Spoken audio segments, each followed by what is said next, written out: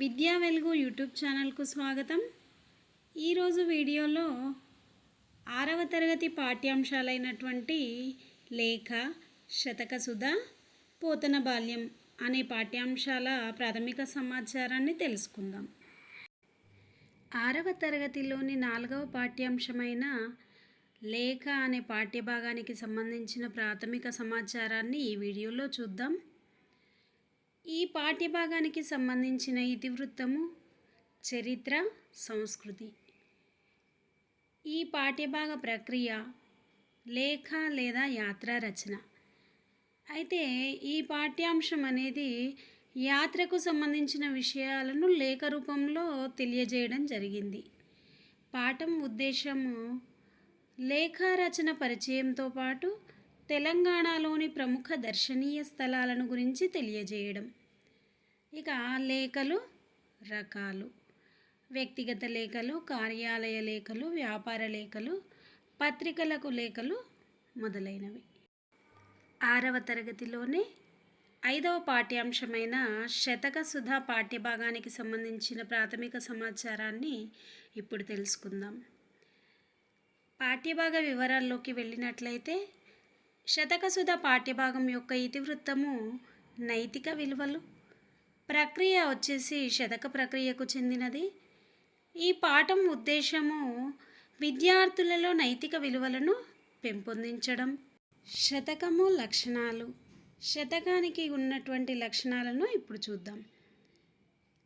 1. సంఖ్యానియమము. సంఖ్యానియమం అంటే ఇందులో 100 నుంచి 108 వరకు పద్యాలు ఉంటాయి. 2వది మకుట నియమము. 3వది ముక్తక నియమము. 4 ఛందో నియమం. 5 ఆత్మాశ్రయ లక్షణం. ఈ లక్షణాలు కలిగినటువంటివి శతకాలుగా చెప్పబడతాయి. 6వ తరగతిలో ఉన్నటువంటి శతక కవులెవరు, వారు రాసినటువంటి శతకాలు ఏమిటి అనే వివరాలను ఇప్పుడు చూద్దాం. సుమతి శతకం. సుమతి శతకాన్ని రచించినటువంటి వారు బద్దెన. వీరు 13వ శతాబ్దానికి చెందినవారు. వేములవాడ చాళుక్యరాజైనటువంటి భద్రభూపాలుడికి బద్దెన అని పేరు. ఈ సుమతి శతకాన్ని కంద పద్యాలలో రాయడం జరిగింది. దీనితో పాటు నీతిశాస్త్ర ముక్తావళి అనే గ్రంథాన్ని రాశాడు. 2వది శ్రీకాళహస్తీశ్వర శతకం. దీనిని దూర్జటి రచించారు. వీరు 16వ శతాబ్దానికి చెందినవారు. శ్రీకృష్ణదేవరాయల ఆస్థానంలోని అష్టదిగ్గజ కవులలో ఒకరు. దీనితో పాటుగా శ్రీకాళహస్తి మహాత్మ్యము అనే ప్రబంధము రచించారు. వీరికి అతులిత మాధురి మహిమ కలదని చెప్పేసి శ్రీకృష్ణదేవరాయలు ప్రస్తుతించడం జరిగింది. 3వ శతకము కుమారి శతకం. ఈ శతకాన్ని రచించినటువంటి వారు పక్కి వెంకట నరసింహ కవి.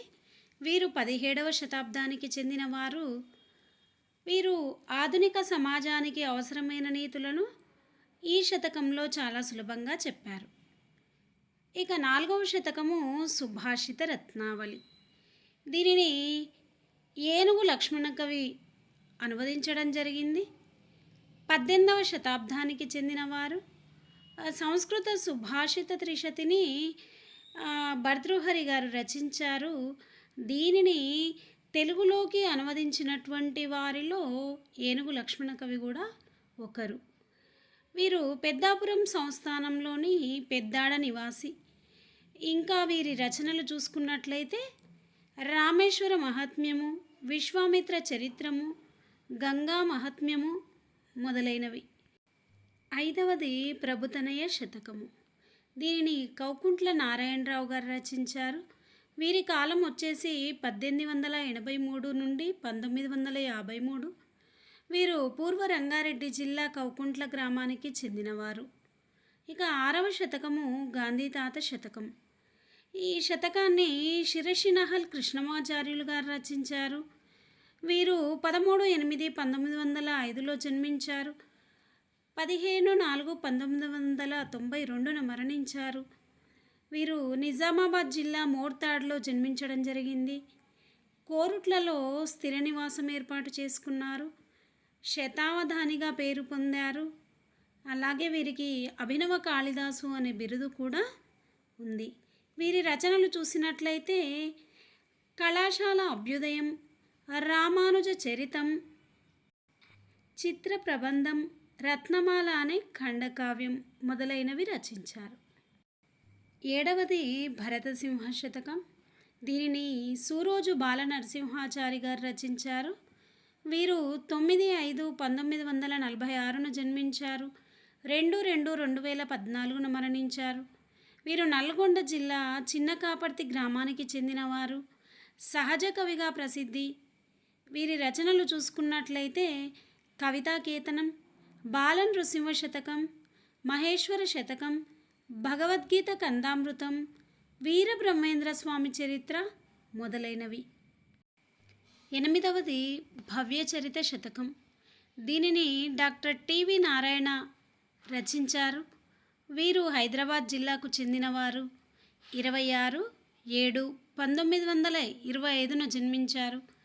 విద్యావేత్తగా, ఆధునిక దార్శనికుడిగా గుర్తింపు పొందారు. జిల్లా విద్యాశాఖాధికారిగా, పబ్లిక్ సర్వీస్ కమిషన్ సభ్యులుగా సేవలందించారు.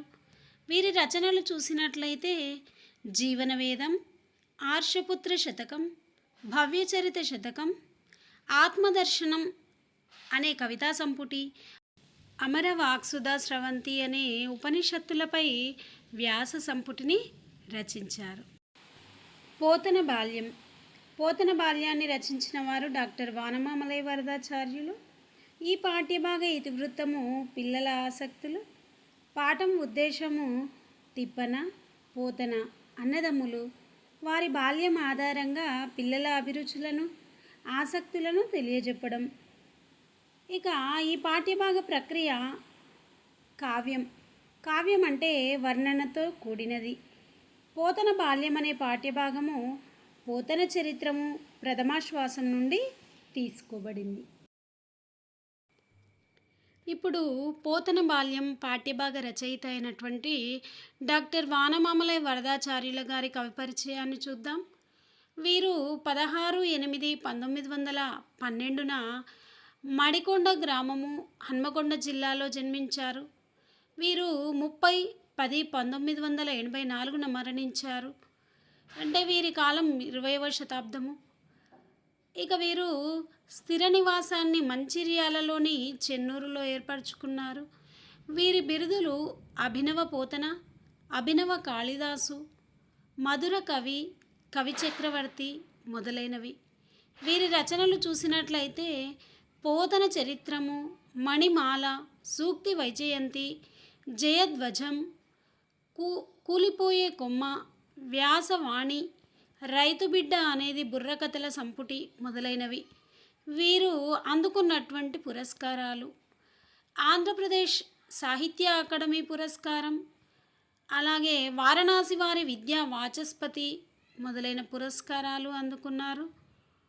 ఇక ఈ వీడియోలో లేఖ, శతకసుధ, పోతన బాల్యం అనే పాఠ్యభాగాలకు సంబంధించినటువంటి సమాచారాన్ని తెలుసుకుందాం. తర్వాతి వీడియోలో మిగతా పాఠ్యాంశాల గురించిన ప్రాథమిక సమాచారాన్ని చూద్దాం. ధన్యవాదములు.